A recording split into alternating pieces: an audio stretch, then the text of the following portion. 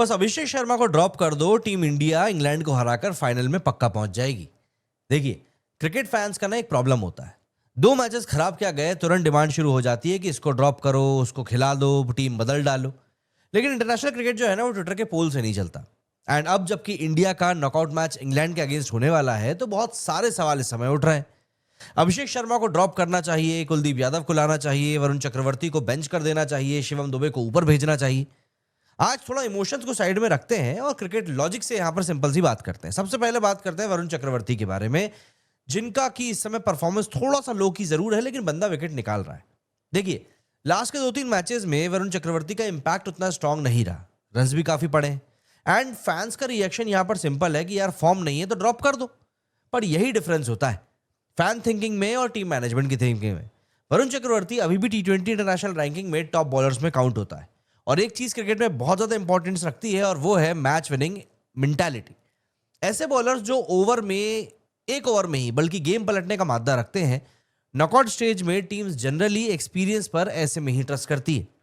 क्योंकि अगर आप नॉकआउट से पहले अपने मैच विनर को बेंच कर दो और फिर वो किसी और मैच में 3 विकेट ले लेता है, तो फिर रिग्रेट का कोई इलाज नहीं होता। बायलैटरल सीरीज जीतने से लाख गुना अच्छा होता है एक नॉकआउट मैच जीतना। इसीलिए यहां पर मैं तो क्लियरली यही चाहता हूं कि यार वरुण को तो बैक करना ही चाहिए, वो भी इस सिचुएशन में आकर तो आप बैकआउट कर ही नहीं सकते। ग्रेट प्लेयर को बाउंस बैक करने का एक चांस जरूर देना चाहिए। इसके अलावा अगर हम लोग कुलदीप यादव वाले लॉजिक की बात करें कि भैया उसको खिलाना चाहिए नहीं खिलाना चाहिए, बट यहां पर आपको कंडीशंस को भी देखना पड़ेगा। देखिए, कुलदीप यादव को खिलाने की बहुत लोग वकालत कर रहे हैं और इस आर्ग्यूमेंट में लॉजिक भी है, ऐसा नहीं कि लॉजिक नहीं है। इंग्लैंड के कई सारे बैटर्स हिस्टोरिकली रिस्ट स्पिन के अगेंस्ट अनकंफर्टेबल रहते हैं। कुलदीप की बॉलिंग अनऑर्थोडॉक्स है, एंगल अलग है, वेरिएशंस भी काफी अच्छे हैं। लेकिन क्रिकेट सिर्फ अपोजिशन के एनालिसिस से नहीं चलता, कंडीशंस भी इक्वली इंपॉर्टेंट रहती हैं। अगर मैच वानखेड़े जैसी जगह पर है तो एक फैक्टर गेम को कंप्लीटली चेंज कर देता है और वो है ड्यू। सेकेंड इनिंग्स में बॉल स्लिपरी हो जाती है, स्पिनर्स के लिए कंट्रोल मुश्किल हो जाता है और जब बॉल हाथ से स्लिप होने लगती है तो आपका बिगेस्ट वेपन सडनली न्यूट्रलाइज हो जाता है।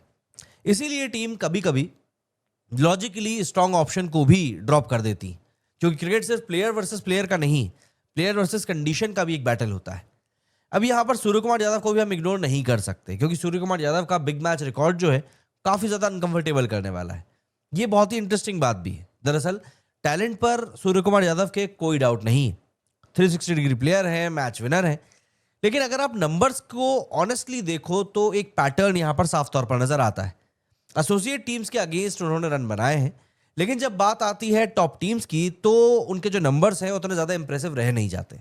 और जब कैप्टन आप खुद हो और टीम आपके अराउंड बिल्ड हुई हो तो एक्सपेक्टेशंस भी नेचुरली ज्यादा होती हैं। नॉकआउट मैचेस में कैप्टन का रोल सिर्फ लीडरशिप का नहीं होता, बल्कि एग्जाम्पल सामने से सेट करने का भी होता है। अगर सूर्या बड़े स्कोर बना देते हैं तो टीम का कॉन्फिडेंस ऑटोमेटिकली डबल हो जाएगा। इसलिए कंसर्न नहीं, लेकिन एक्सपेक्टेशंस तो डेफिनेटली हाई होनी चाहिए। अच्छा, इन सब के अलावा सबसे इंपॉर्टेंट सवाल जो इस समय हर किसी के जहन में है कि अभिषेक शर्मा को ड्रॉप कर देना कितना सही रहेगा। देखिए, अभिषेक शर्मा को ड्रॉप करना इस मोमेंट पे बहुत बड़ा पैनिक डिसीजन होगा, सबसे बड़ा। रीसेंट मैचेस में रन्स नहीं आए, ये बात एक सच है एंड फैंस बोल रहे हैं कि बंदे को ड्रॉप कर दो। बट एक बात यहां पर याद रखो, क्रिकेट में फॉर्म हमेशा टेम्परेरी होता है लेकिन क्लास परमानेंट होती है। एंड अभिषेक शर्मा की बैटिंग में क्लास क्लियरली दिखती है। आप और मोहम्मद आमिर की तरह उसको प्योर स्लॉगर जरूर बोल सकते हो, लेकिन एक गुटखा खाऊ आदमी की बात क्या ही करें।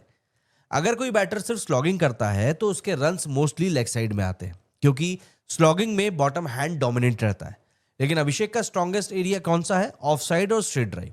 यहां पर आप कवर ड्राइव को भी शामिल कर सकते हैं, प्लस इनसाइड आउट शॉट्स को भी आप काउंट कर सकते हैं। ये शॉट्स आपके बल्ले से तभी निकलते हैं जब आपकी टेक्निक बहुत ज्यादा स्ट्रांग हो। एंड एक और चीज, इसी ग्राउंड पर अभिषेक शर्मा ने इंग्लैंड के अगेंस्ट 135 रन की भी एक इनिंग खेली थी और वही इनिंग एक्चुअली एक टर्निंग पॉइंट बनी थी उनके करियर का। इसीलिए मेरा यहां पर सिंपल सा ओपिनियन है कि अगर आप किसी प्लेयर को टूर्नामेंट भर बैक करते आए हो तो नॉकआउट से ठीक पहले उसको ड्रॉप करना एक पैनिक रिएक्शन हो सकता है और पैनिक से क्रिकेट मैचेस नहीं जीते जाते। लेकिन अगर हम लोग ओवरऑल इंडियन बॉलिंग अटैक की बात करें तो फैंस का परसेप्शन यही है कि बॉलिंग इस समय इनकंसिस्टेंट रही है। एंड ऑनेस्टली कुछ हद तक ये बात सही भी है। बुमराह क्लियरली सबसे रिलायबल बॉलर दिखा है, कंट्रोल, एग्जीक्यूशन, प्रेशर हैंडलिंग, हर चीज में वर्ल्ड क्लास। अर्शदीप नई बॉल से विकेट्स ले सकते हैं, हार्दिक पांड्या सीम ऑप्शन प्रोवाइड करते हैं, वरुण मिस्ट्री क्रिएट करते हैं, अक्षर पटेल एक सॉलिड ऑलराउंडर का ऑप्शन देते हैं। तो क्या ये बॉलिंग अटैक टूर्नामेंट का स्ट्रॉन्गेस्ट अटैक है? शायद नहीं। पर क्या ये वीकेस्ट है? बिल्कुल भी नहीं। जिस टीम के पास में 8 ओवर का क्वालिटी स्पिन बैंक हो और बुमराह जैसा एक बॉलर हो 4 ओवर फेंकने के लिए, वो टीम कभी भी वीक बॉलिंग अटैक नहीं कहलाती। वहीं अगर हम लोग हार्दिक पांड्या के रोल की बात करें तो वो सबसे ज्यादा क्रूशियल हो जाता है एंड सबसे इंटरेस्टिंग रोल भी हो जाता है। देखिए, कभी कभी वो मैच विनर जैसे लगते हैं, कभी कभी वो ऑर्डिनरी लगते हैं। डिफरेंस क्या है? यूजेज का। अगर हार्दिक को गलत फेज में बॉल करा दिया तो वो स्ट्रगल कर सकते हैं, लेकिन अगर उनको स्ट्रैटेजिक ओवर्स मिले तो वो गेम अपने दम पर चेंज भी कर सकते हैं। इसीलिए हार्दिक का रोल बहुत सिंपल है। बैटिंग में फिनिशिंग, बॉलिंग में स्मार्ट ओवर्स और नॉकआउट मैचेस में ऐसे प्लेयर्स की गेम डिफाइन करती है सबसे ज्यादा। Apart from that, Shivam Dubey को लेकर भी काफी बातें चल रही हैं। शिवम दुबे, उनकी हिटिंग एबिलिटी काफी स्ट्रांग है, ये बात क्लियर है। एंड रिसेंट मैचेस में उन्होंने इंपॉर्टेंट बाउंड्रीज भी लगाई हैं। इसीलिए फैंस का एक सजेशन है कि दुबे को अगर भेज सको तो भैया ऊपर भेजो ना। दुबे को ऊपर क्यों नहीं भेज रहे? आइडिया बुरा नहीं है, क्योंकि अगर पावर हिटर मिडिल ओवर्स में आ जाए तो प्रेशर ऑपोजिशन के ऊपर शिफ्ट हो सकता है। लेकिन यहां पर भी एक प्रॉब्लम है। दरअसल हार्दिक पांड्या भी सेम रोल प्ले करते हैं, और जब आपके पास में दो सिमिलर इंपैक्ट प्लेयर हों तो बैटिंग ऑर्डर बैलेंस मेंटेन करना पड़ता है। इसीलिए टेम्पटेशन जरूर होता है, पर डिसीजन सिंपल नहीं है। फाइनली क्रिकेट फैंस का एक इमोशनल इंस्टिंक्ट होता है लास्ट मैच के बेसिस पे डिसीजन ले लेना, लेकिन professional teams long term plan से ही चलती है। अगर आप हर मैच के बाद में टीम को बदल दोगे तो कंसिस्टेंसी कभी भी बिल्ड नहीं हो पाएगी। इसीलिए मेरा क्लियर स्टांस यहाँ पर यही है कि वरुण को बैक करो, अभिषेक को ट्रस्ट करो, सूर्य को बड़ी इनिंग एक्सपेक्ट उससे एक रहने दो, एंड हार्दिक का स्मार्ट यूज करो। बट सबसे इंपॉर्टेंट बात, नॉकआउट मैचेस में टैलेंट से नहीं बल्कि टेम्परामेंट से अपने दिमाग को तैयार करो।